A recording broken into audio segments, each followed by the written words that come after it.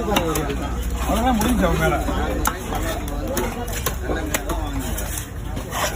பூச்சியில் சொல்லுங்க பங்கமாக போட்டுக்கிறாரு. என்னப்பா பூச்சியில் பங்கமாக இருக்குது. ஃபுல் அமௌண்ட்டாண்ணா? ஃபுல் அமௌண்ட்டாண்ணா? என்ன ஃபுல் அமௌண்ட்? ஆமாம் இந்த டிஎம் புத்தகம் வாங்கினா உனக்கா சவுத் நாடு என் சின்ன பொண்ணு